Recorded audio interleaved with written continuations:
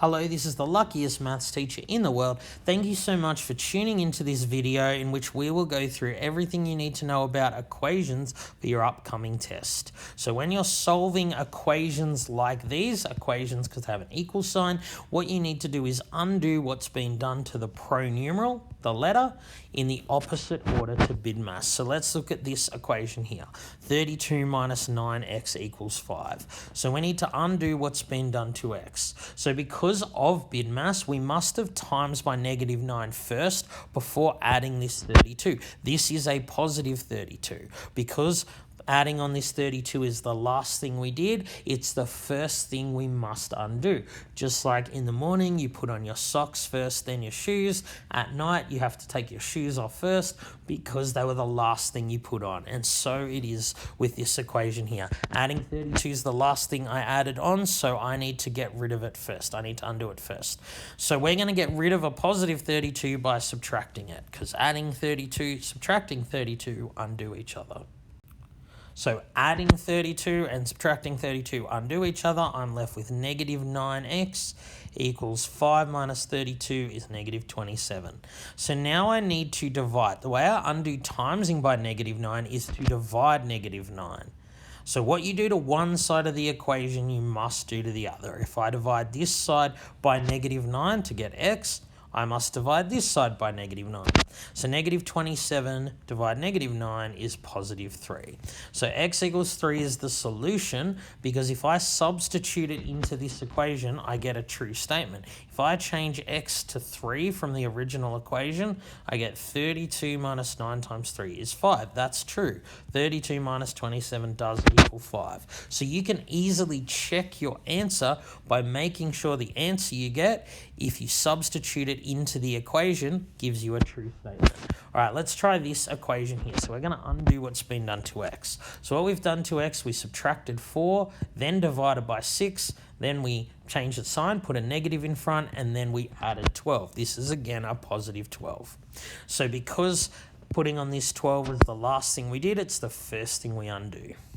So we subtract 12 from both sides. So on the left-hand side, we're left with -x minus 4 over 6 equals -12.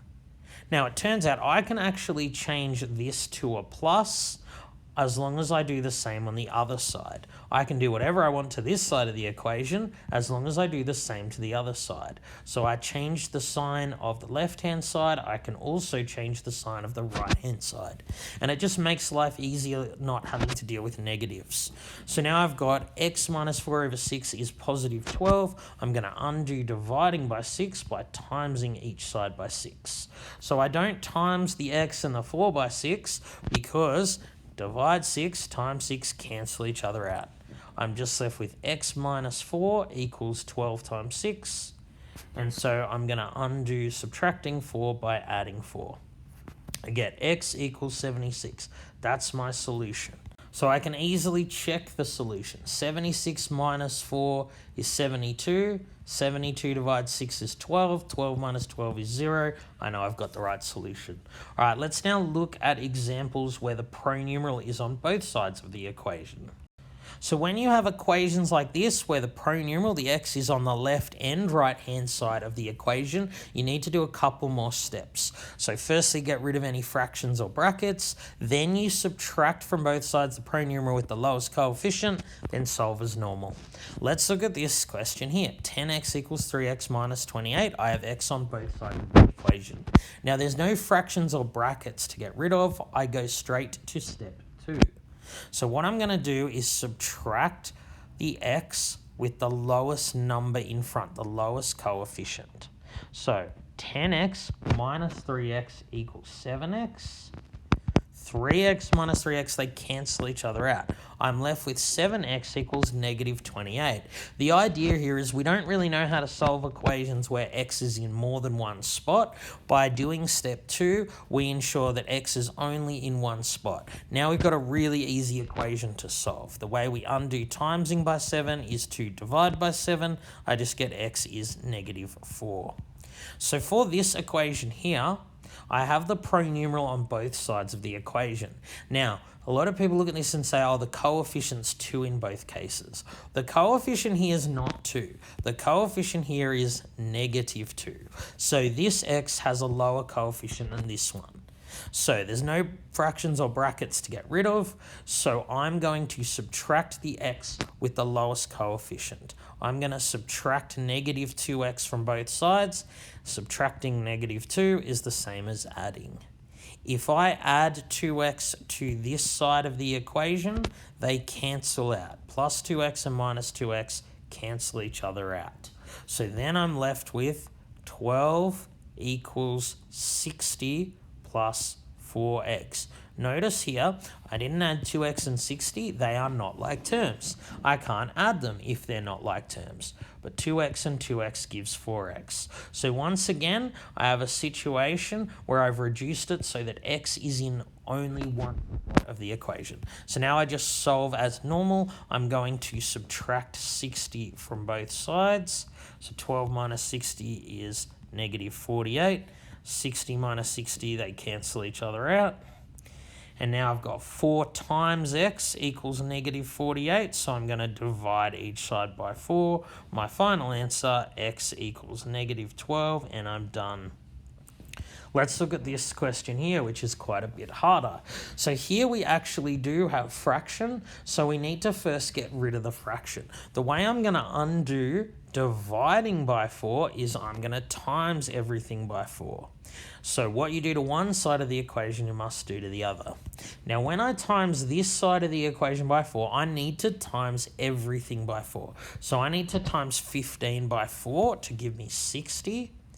Now, x minus 3 on 4 times 4, they cancel each other out. Times 4 and divide 4 cancel each other out. So I'm just left with x minus 3. On the right-hand side, I have x times 4.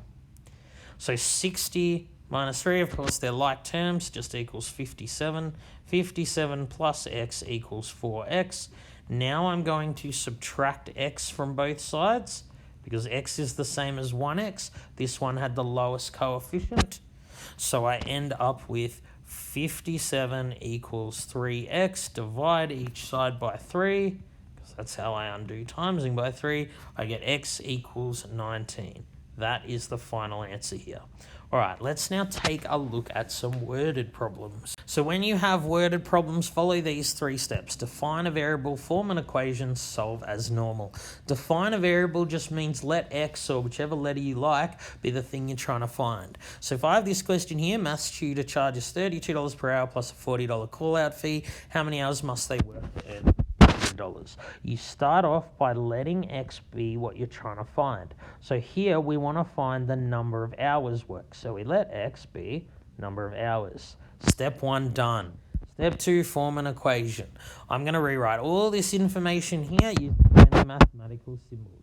What we were told in the question was that this person gets $32 per hour, so 32 times the number of hours worked, plus a $40 call-out fee, and we want that to be $200. The first 2 steps are the tough part.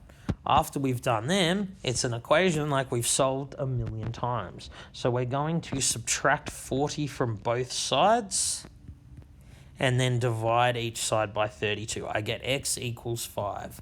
So you should write a worded answer to a worded question. So the question was asking for how many hours must he work. Therefore, this person must have worked 5 hours. If this person works 5 hours, they get $200. All right, let's look at this question here. Eric and Jeremy have played tennis 48 times. Jeremy has won 14 games more than Eric. How many times has this person won? So just so you know, in tennis, there are no draws. So here we're actually finding 2 quantities. So when that happens, let x equal one of the quantities, but we need to use the same letter to define the other variable. So I let x be the number of games Eric has won. So I want to write the number of games Jeremy has won. don't want to use a different letter. We don't know how to solve equations that have two pronumerals, so I need to write it in terms of x. So if Eric had won like 2 games, Jeremy had won 2 plus 14, which is 16 games. So if Eric has won x games, Jeremy has won x plus 14. Jeremy has won however many games Eric has won plus 14. So I have used the same pronumeral, same letter, to define both variables. So now I'm going to form an equation. Number of times Eric's won plus number of times Jeremy has won is equal to 48. Of course, x plus x is just 2x. So 2x plus 14 equals 48. All the hard work's done. This is an easy equation to solve. We're going to subtract 14 from both sides. 2x equals 34. And then divide each side by 2. We get x equals 17. So what have we found? Well, x is 17, and we let x be the number of games Eric has won. So therefore, Eric has won 17, and Jeremy has won 14 more. 17 plus 14 is 31. So 31 and 17 add to 48. And Jeremy has won 14 more than Eric, so we can be confident in our answer. All right, thank you so much for tuning into this video. Best of luck studying, but I know you're going to ace the test. This has been the luckiest maths teacher in the world. Have a great day.